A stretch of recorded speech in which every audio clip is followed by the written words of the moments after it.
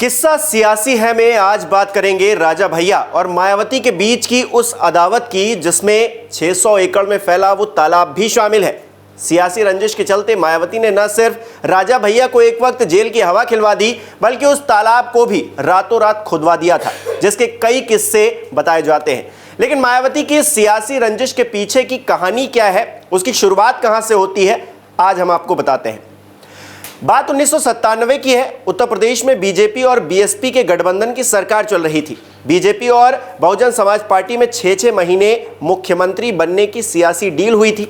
Deal के मुताबिक मायावती को सितंबर के महीने में अपनी सरकार के 6 महीने पूरे होने के बाद बीजेपी को सत्ता देनी थी, लेकिन ऐन मौके पर मायावती पलट गई। हालांकि सियासी दबाव बढ़ा तो मायावती को कुर्सी छोड़नी पड़ गई और कल्याण सिंह मुख्यमंत्री बन गए। कुछ ही महीने गुजरे थे कि मायावती ने अचानक बीजेपी से समर्थन वापसी का बड़ा ऐलान कर दिया। इस बीच एंट्री होती है राजा भैया की। उस वक्त रघुराज प्रताप सिंह उर्फ राजा भैया प्रतापगढ़ के कुंडा से निर्दलीय विधायक थे। मायावती के समर्थन वापस लेने के बाद राजा भैया ने खेल किया। बीएसपी और कांग्रेस के कुछ विधायकों को तोड़ लिया और कुछ निर्दलीय विधायकों को मिलाकर समर्थन दे दिया और कल्याण सिंह की सरकार को बचा लिया। सरकार बचाने का इनाम कल्याण सिंह ने राजा भैया को दिया और उन्हें अपनी सरकार में मंत्री बना दिया। लेकिन यह बात यहीं खत्म नहीं हुई।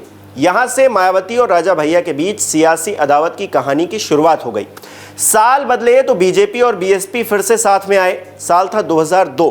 गठबंधन सरकार फिर से हिचकोले खाने लगी थी। मायावती के मन में 5 साल पुरानी रंजिश की जो टीस थी वो भी थी। सियासी रंजिश का नतीजा था कि बीजेपी के कहने के बावजूद मायावती ने राजा भैया को मंत्री नहीं बनाया। उसी साल एक बहुत बड़ी घटना और हुआ यूं कि मायावती ने बीजेपी विधायक पूरण सिंह बुंदेला की शिकायत पर 2 नवंबर 2002 को तड़के सुबह करीब 4 बजे राजा भैया को आतंकवाद निरोधक अधिनियम यानी कि पोटा के तहत गिरफ्तार करवाकर जेल में डलवा दिया, क्योंकि जब उनके भद्री रियासत की हवेली में पुलिस छापा पड़ा था तो वहां से कुछ हथियार बरामद हुए थे। इतना ही नहीं, राजा भैया के पिता उदय प्रताप सिंह और चचेरे भाई अक्षय प्रताप सिंह को भी अपहरण और धमकी देने के आरोप में उस वक्त गिरफ्तार करवा दिया गया था। यानी कि सियासी अदावत अपने चरम पर पहुंच चुकी थी। इसी बीच आता है तालाब वाला वो किस्सा जिसका जिक्र मैंने शुरुआत में किया था। दरअसल राजा भैया की गिरफ्तारी के बाद मायावती ने साल 2003 में उनके कोठी के पीछे 600 एकड़ में फैले बेंती तालाब को भी खुदवा दिया। कहा जाता है कि खुदाई में तालाब से नर कंकाल तक मिले थे, जिसके बारे में कई कहानियां भी लोग बताते हैं। इस तालाब के बारे में कहा जाता है कि एक वक्त राजा भैया ने इसमें घड़ियाल पाल रखे थे और अपने दुश्मनों को वो इसी तालाब में फेंकवा दिया करते थे। हालांकि राजा भैया ने इन बातों को हमेशा से ही नकारा है, कोरी कहानियां बताया है। बहरहाल मायावती ने खुदवाई करवाने के बाद 16 जुलाई 2003 को इस तालाब को सरकारी कब्जे में ले लिया और इसे भीमराव अंबेडकर पक्षी विहार घोषित कर दिया। तालाब की 4 दीवारी के पास ही एक गेस्ट हाउस भी बनवाया। वहीं राजा भैया इस दौरान 10 महीनों तक अलग अलग जेलों में रहे।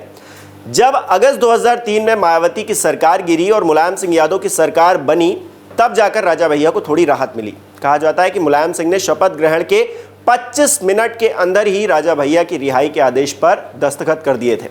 राजा भैया जेल से रिहा हुए तो अपने जुड़वा बेटों के साथ साथ उनके हाथ में मुलायम सरकार में मंत्री का पद भी आया। मुलायम सिंह ने मायावती सरकार द्वारा तालाब के पक्षी विहार में तब्दील करने के फैसले को भी पलट दिया।